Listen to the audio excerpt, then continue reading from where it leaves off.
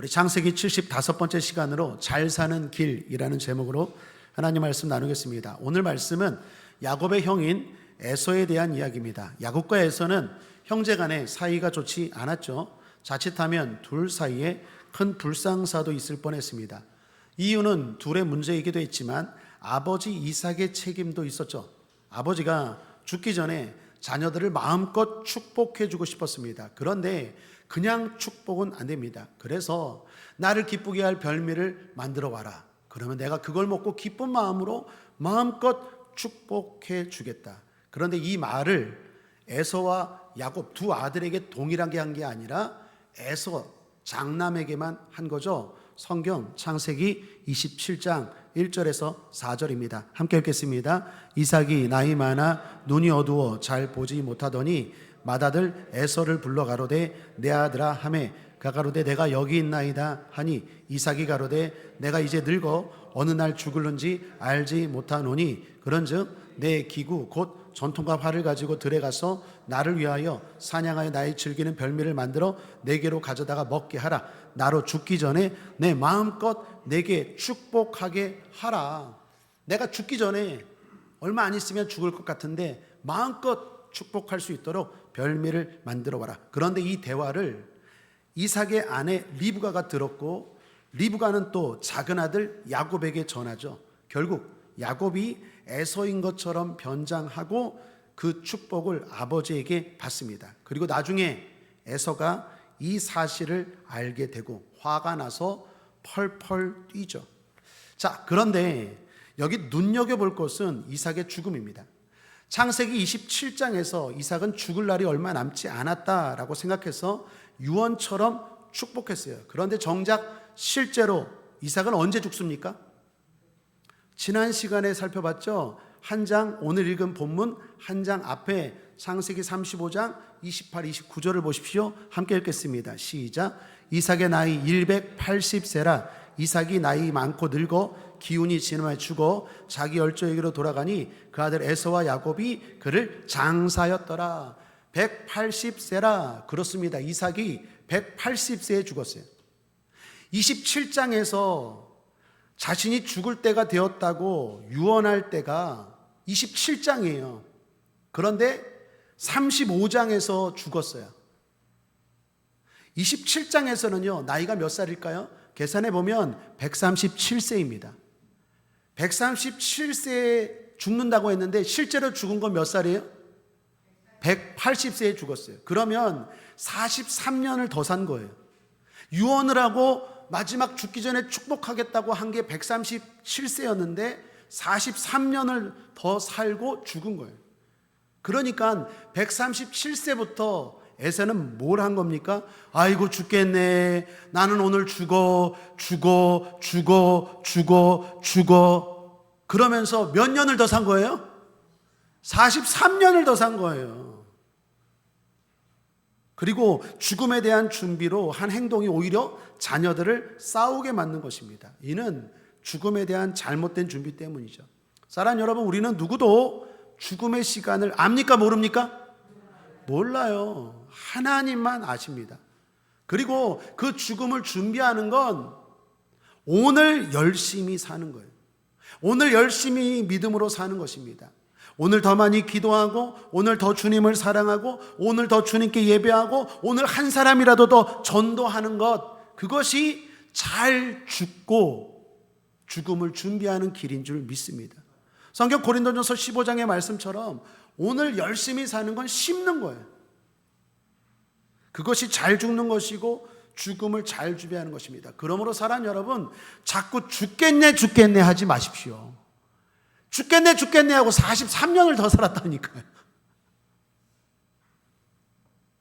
너무 죽음을 두려워 말고 미리 겁먹지 마시길 바랍니다. 자, 그런데 이삭의 행동이 이해되는 부분도 있어요. 여러분, 이삭이 왜 137세에 죽음에 대해 그렇게 두려워했을까요? 내가 이제 얼마 살 날이 안 남았다. 내가 유언을 해야겠다. 축복하고 죽어야겠다. 왜 이런 생각을 했을까요? 이삭에게 무슨 큰 병이 있었을까요? 성경을 보면 그렇게 큰 병이 있던 것 같지도 않아요. 그냥 성경이 뭐라고 말합니까? 눈이 어두워 잘 보지 못했대요. 그러니까 노안이 좀 온 거예요. 그러니까 글씨가 나이가 들면 어떻습니까? 잘 안 보이죠. 그러니까 눈이 어두워 잘 보지 못한 거예요. 그래서 나중에 그 야곱이 변장하고 왔는데 에서인 줄 알고 막 축복하잖아요. 그러니까 눈이 안 좋은 건 사실인 것 같아. 그런데 무슨 큰 병이 있었던 건 아니야. 근데 왜 137세에 이삭이 나는 이제 얼마 못 살 것 같아, 죽을 것 같아 이러면서 왜 이런 말도 안 되는 행동을 했을까요? 이유가 뭘까요? 그것은 이삭의 형 때문입니다. 여러분, 이삭의 형이 누굽니까? 배다른 형이 있죠. 이스마엘.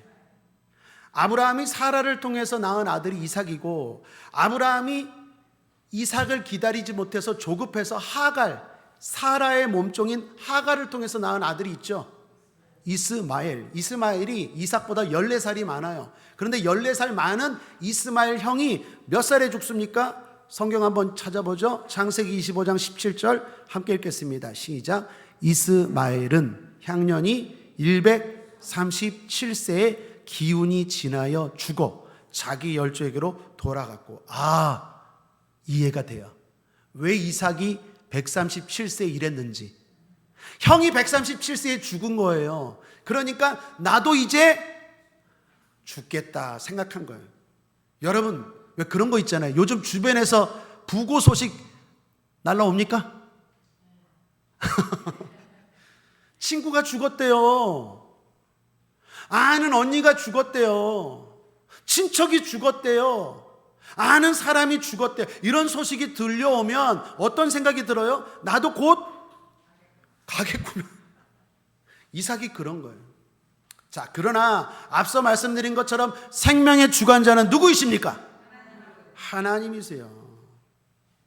그러므로 주변에서 자꾸 죽음의 소식이 들려오더라도 생명의 주관자는 하나님이심을 믿으시길 바랍니다.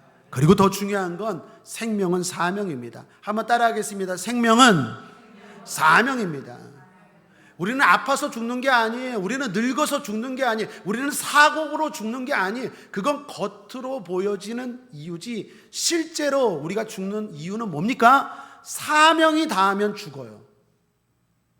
내가 이 땅에서 더 이상 할 일이 남아있지 않으면 하나님이 부르시는 거예요. 그러니까 부르실 때 뭐 병으로 부르시든지 아니면 사고로 부르시든지 그게 다를 뿐이지 결국 우리를 부르시고 생명을 다하게 하시는 분은 누구이십니까? 하나님이세요. 그러므로 죽음을 준비하는 건 이 이삭처럼 아이고 죽겠네 하면서 43년을 더 살았다니까요. 우리 주변에 그런 분들 있죠. 맨날 저를 보면 목사님 죽을 것 같아. 안 죽어. 작년에도 안 죽고 재작년에도 안 죽고. 근데 나만 보면 목사님 이번에는 죽을 것 같아요. 그런 사람들이 있어요. 어차피 죽을 거 왜 자꾸 죽는다는 소리를 해요. 믿음으로 살아야지. 내일 죽어도 오늘 믿음으로 살아야지. 그게 죽음을 잘 준비하는 거라니까요. 그러므로 사랑하는 여러분, 사명 감당합시다. 하나님이 여러분에게 맡겨주신 일들이 있어요. 그거 없으면 이제 죽는 거예요. 그러나 그게 있으면 안 가요. 못 가요. 하나님 너 살려주실 줄 믿습니다. 그러므로 그 일을 감당해야 돼요. 그게 잘 사는 것이고 또한 죽음을 잘 준비하는 길인 줄 믿습니다. 사랑하는 여러분, 점점 나이 들수록 죽음을 두려워하지 않게 되길 바라고 죽음을 생각하지 말고 말씀을 묵상하시길 바랍니다.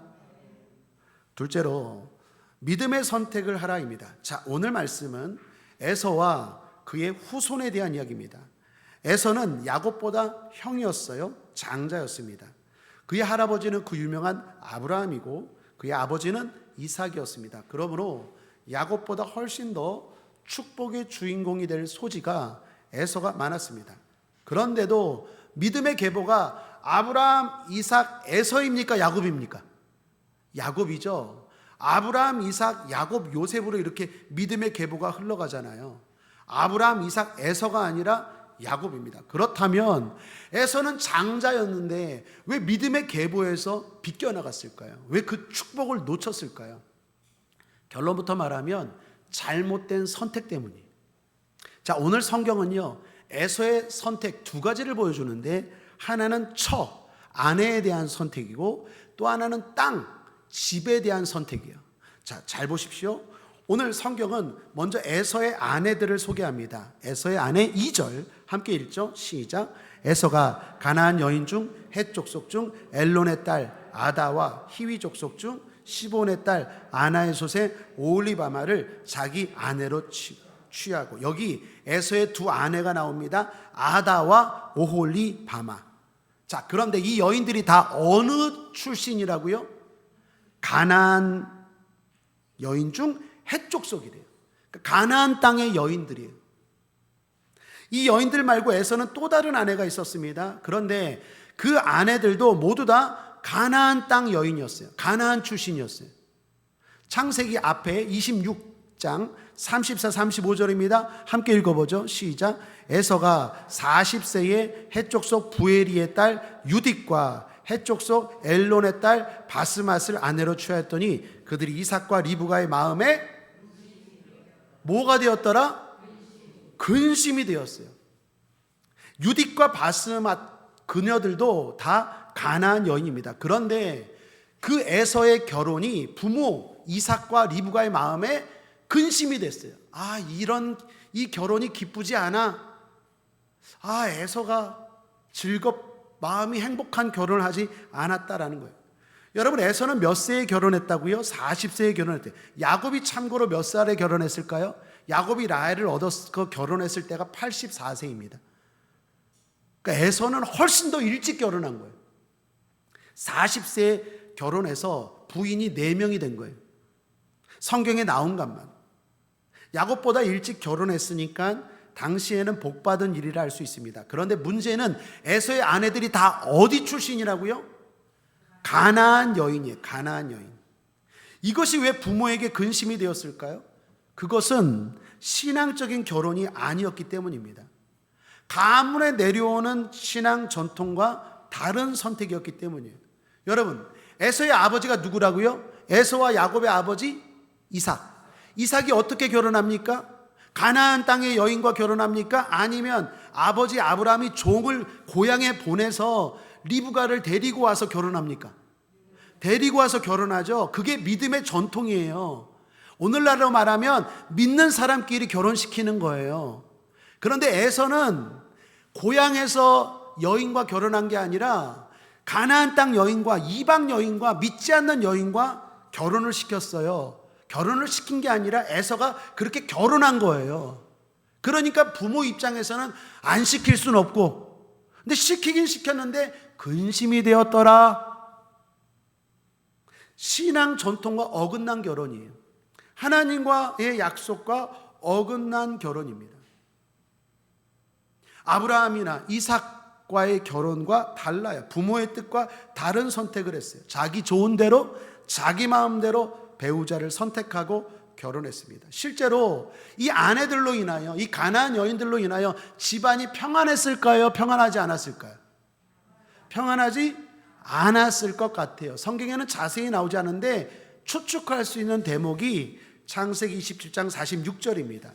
리브가가 이삭에게 이르되 내가 햇사람의 딸들을 인하여 나의 생명을 싫어하거늘, 야곱이 만일 이 땅의 딸들 곧 그들과 같은 햇사람의 딸들 중에서 아내를 취하면 나의 생명이 내게 무슨 재미가 있으리까?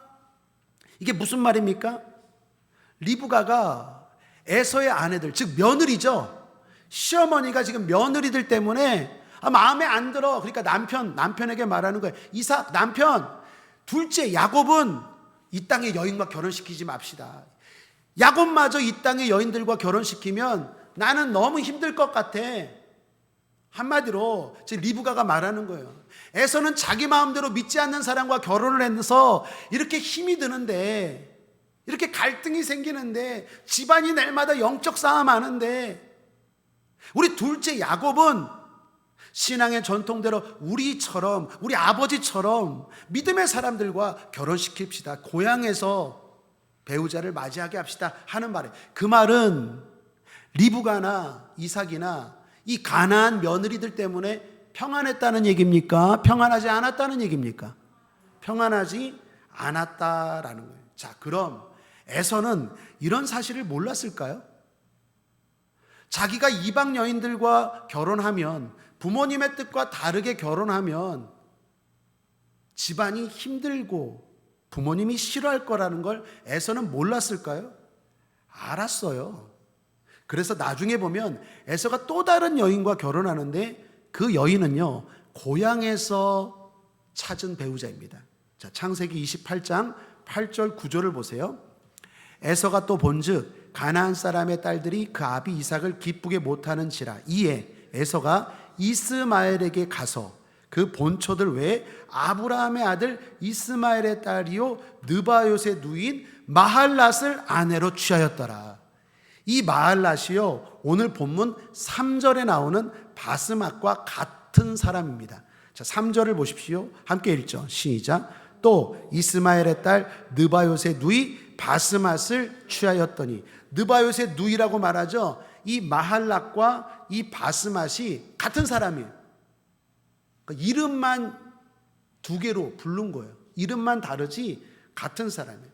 자, 여기 에서를 보십시오. 에서가 보니까 부모님이 기뻐하지 않아. 믿는 내 아내들이 믿지 않는 아내들이기 때문에 부모님이 기뻐하지 않는 걸 알고 부모님이 기뻐할 만한 마할랏 또는 다른 이름으로 바스맛을 취했다라는 건 에서도 알았다는 거예요? 몰랐다는 거예요? 알았다는 거예요. 알면서도 에서는 자기 마음대로 선택하고 계속해서 그 길을 걸어갑니다. 여러분, 반대로 야곱은 어떻습니까? 야곱의 아내들 4명 기억나십니까? 라헬, 레아, 실바, 비라. 이 사람들은 다 하란에서 결혼한 여자잖아요. 가나안 땅 여인들이 아니에요. 야곱은 신앙의 전통을 이은 거예요. 부모님의 말씀대로 순종한 거예요. 하나님의 뜻대로 산 거예요. 자, 땅도 그렇습니다. 오늘 8절입니다.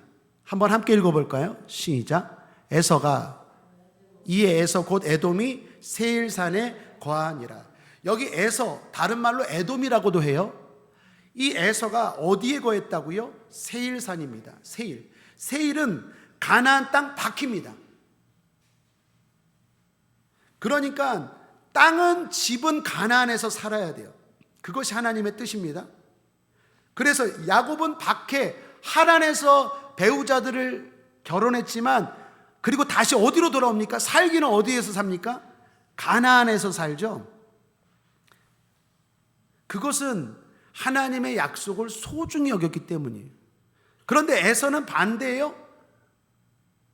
여인은 가나안 여인과 결혼하고 사는 건 밖에 가서 살았다는 거예요. 이 하나님의 뜻과 완전히 반대, 청개구리예요. 물론 에서가 그렇게 한 이유는 있습니다. 7절을 보시면 두 사람의 소유가 풍부하여 함께 거할 수 없음이라. 그들의 우거한 땅이 그들의 가축으로 인하여 그들을 용납할 수 없었더라. 야곱과 에서 두 사람의 소유가 많았어요. 여러분 알다시피 야곱은 자수성가를 했습니다. 타향살이 했어요. 삼촌 라반 밑에서 열심히 살면서 부를 얻었어요. 하나님이 복을 주셔서 부자가 됐어요.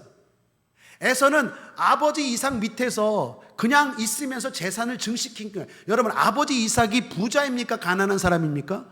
엄청 부자였죠. 거부라는 말을 들었어요. 그러니까 에서는 아버지 이삭 밑에서 아버지의 재산을 잘 관리해서 증식시켰으니 많고, 야곱도 재산이 많아서 서로 합하니까 많았다라는 거예요. 그래서 에서는 가나안 밖으로 나갔다는 것입니다. 그러나 그래도 그건 이유가 되지 않습니다. 여러분, 가나안 땅이 얼마나 넓습니까? 굳이 가나안 땅 밖으로 나갈 이유가 없어요. 가나안 땅 안에서 다른 곳을 찾아도 되잖아요. 그런데 에서가 세일까지 간 거예요. 이 장면은요, 마치 옛날에 아브라함과 조카 롯이 헤어질 때와 비슷해요. 기억나십니까? 창세기 13장 5절 6절 함께 읽어보죠. 시작. 아브라함의 일행 롯도 양과 소와 장막이 있으므로 그 땅이 그들의 동거함을 용납지 못하였으니 곧 그들의 소유가 많아서 동거할 수 없었습니다. 아브라함이 조카 롯과 헤어질 때 소유가 많아서 서로 헤어지잖아요. 그때 조카 롯이 헤어진다는 핑계로 어디를 선택합니까? 소돔을 선택해요. 그리고 그 선택은 잘못된 선택이 되었고 결국 롯은 실패자가 되게 됩니다. 여기 에서도 마찬가지입니다. 가나안 밖으로 나가면 안 돼요. 여러분 이거 혼란스러워하지 마십시오. 한번 따라하겠습니다. 아내는 가나안 밖에서, 땅은 가나안 안에서. 이게 하나님의 뜻이에요. 야곱은 그렇게 했어요. 근데 에서는 완전히 반대예요.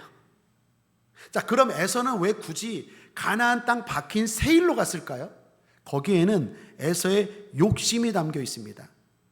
세일은요, 에서의 처가댁입니다. 자, 성경을 잘 따라오세요.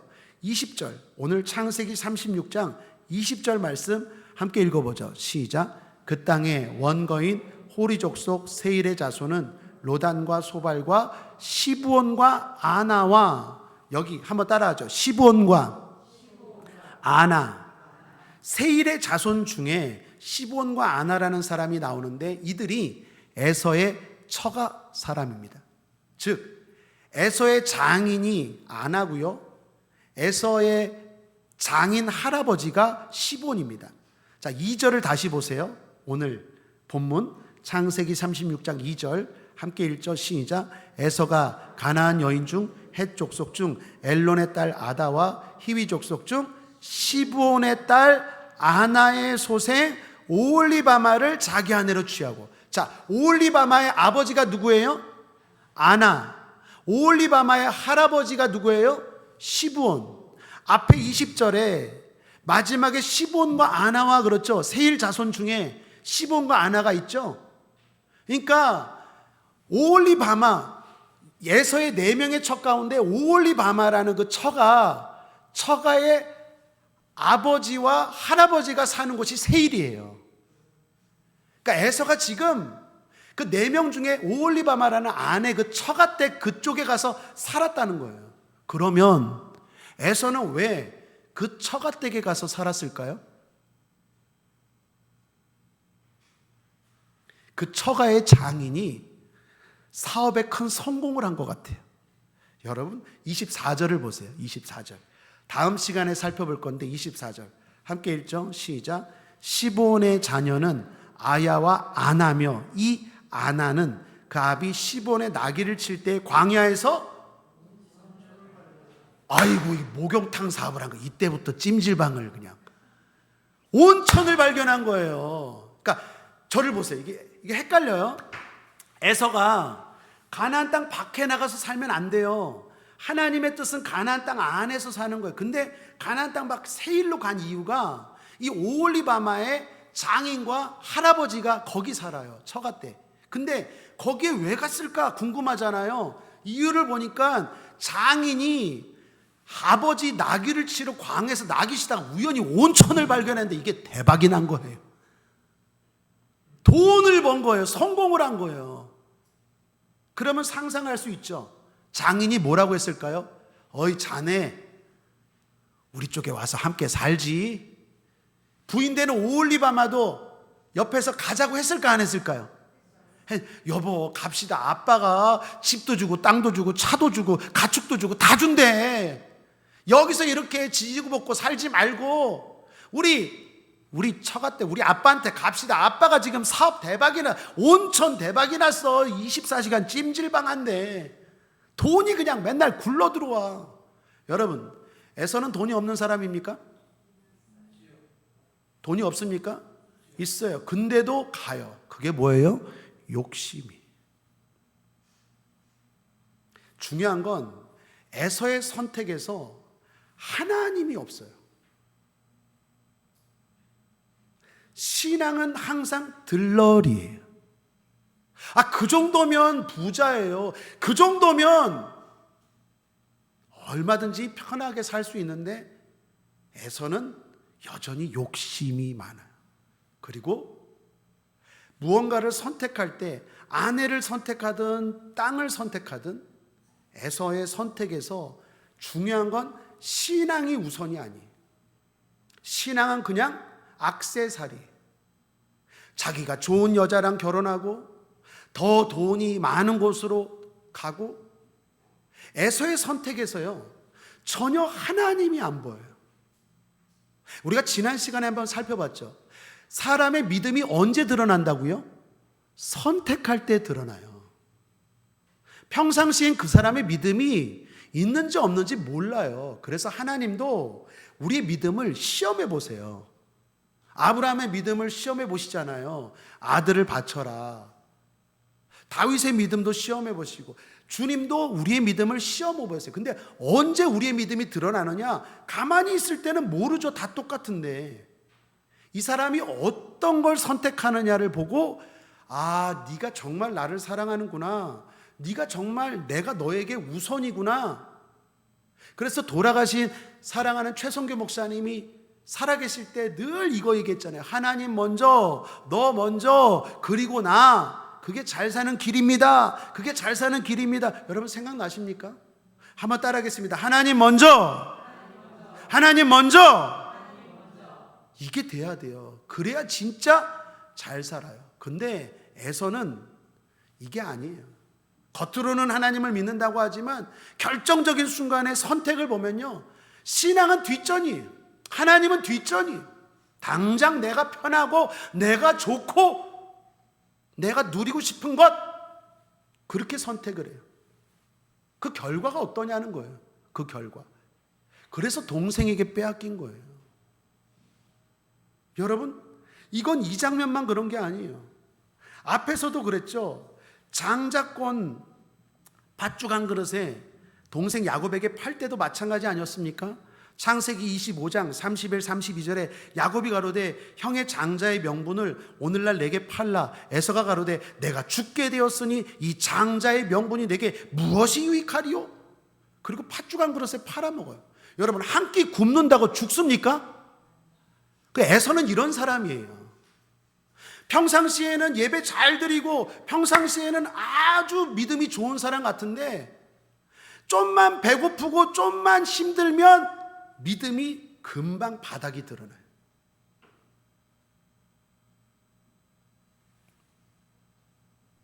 언제든지 신앙을 버릴 수 있는 사람이 에서입니다. 그러나 야곱은 어떻습니까? 야곱은 부족한 게 많은 사람이에요. 외형적으로도 형 에서보다도 부족한 게 많은 사람이에요. 거기다가 장자가 아니라 둘째예요. 그런데 야곱의 강점이 뭡니까? 야곱은 항상 선택을 할 때 하나님이 우선이에요. 신앙이 우선이에요. 믿음이 우선이에요. 교회가 우선이에요. 그게 야곱이 복받은 이유예요. 그러니까 아브라함, 이삭, 에서가 아니라 야곱에게 빼앗긴 거예요.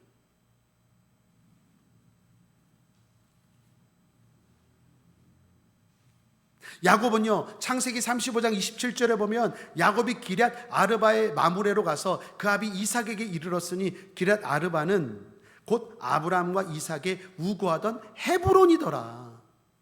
여러분, 앞서 말씀드린 것처럼 야곱은요, 타향살이 하면서 자수성가했어요. 돈이 많았어요. 성공했습니다. 거기서도 잘 먹고 잘 살 수 있는데 성공하고 나서 어디로 왔다고요? 아브라함과 이삭이 살고 있는 가나안 땅으로 왔어요. 이유는 돈이 없어서? 아버지한테 돈 달라고 하려? 그거 아니에요. 이유는 딱 하나예요. 하나님의 약속. 야곱을 보면요, 타단히 약삭 빠르고 그리고 부족한 게 많은 사람인데, 이 사람이요, 강점이 있어요. 특별히 야복강가에서 하나님과 씨름하고 나서 더 많이 생긴 게 있어요. 그게 뭐냐? 나는 항상 무엇보다도 하나님이 먼저예요. 하나님이 최고야. 그 다음 돈이고 그 다음 사람이야. 당장 팥죽 안 먹어도 돼. 그래도 난 하나님의 장자의 명분 필요해. 난 아버지에게 축복받는 게 필요해.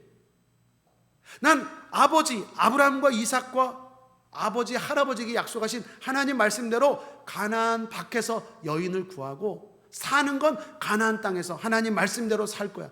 야곱의 선택을 보면요, 항상 하나님을 중요하게 여겨요. 그 사람이 결국 잘 되더라라는 걸 지금 성경이 보여주는 거예요. 반대로 에서는 금방 믿음이 바닥이 드러나요.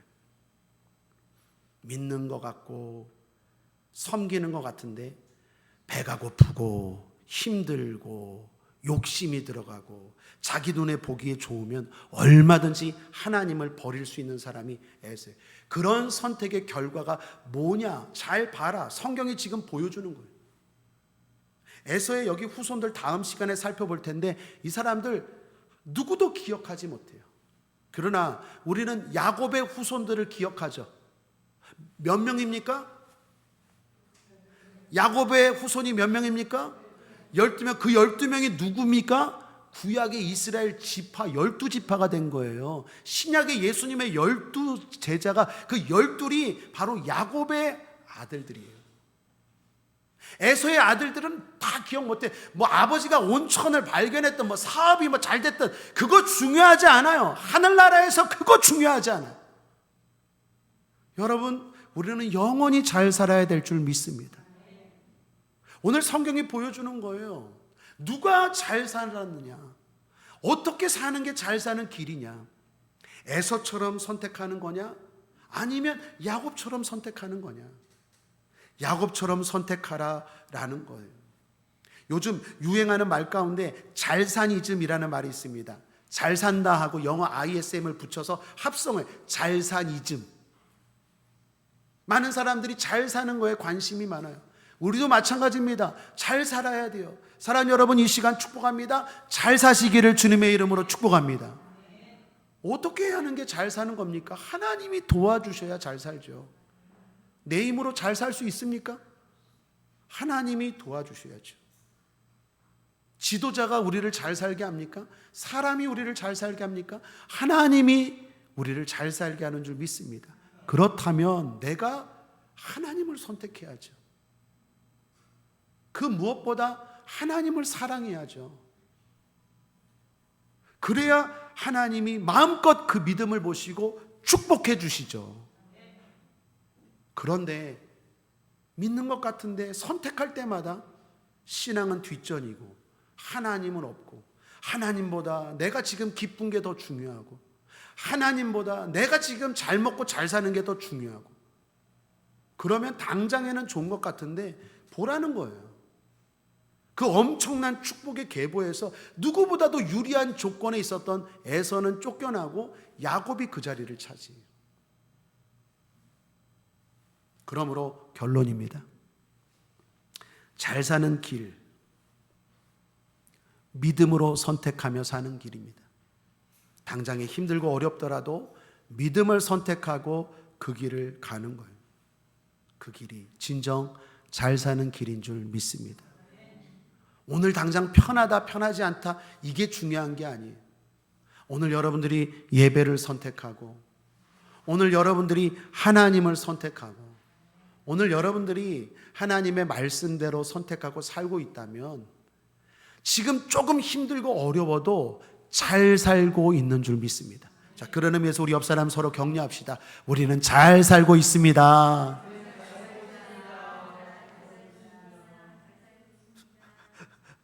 진짜 잘 살고 있는 거예요. 어떤 집사님 속으로 그렇게 생각하는 것 같아요. 속도 모르고 내가 지금 잘 살기는 뭘 잘 살아. 지금 내가 얼마나 아픈데, 얼마나 쪼들린데. 아니요. 지금 그게 잘 사는 길이에요. 우리가 지금 잘 살고 있는 거예요. 하나님 앞에 예배를 선택하고 믿음으로 사는 게 잘 사는 길인 줄 믿습니다. 말씀을 정리합니다. 여러분께 유인물에 소개했는데 함께 한번 읽어볼까요? 정리하는 의미에서 함께 읽겠습니다. 시작. 잘 사는 길이라는 제목으로 두 가지를 살펴보았습니다. 하나는 죽음을 너무 두려워하지 않고 오늘에 집중하며 사명 감당하는 것입니다. 또 하나는 선택의 순간에 항상 하나님을 먼저 생각하고 선택하는 것입니다. 결국 잘 사는 길은 믿음으로 사는 것입니다. 기도하겠습니다. 좋으신 하나님 아버지, 우리 모두 잘 살게 하여 주옵소서. 감사드리며 예수님의 이름으로 축복하고 기도했습니다. 아멘.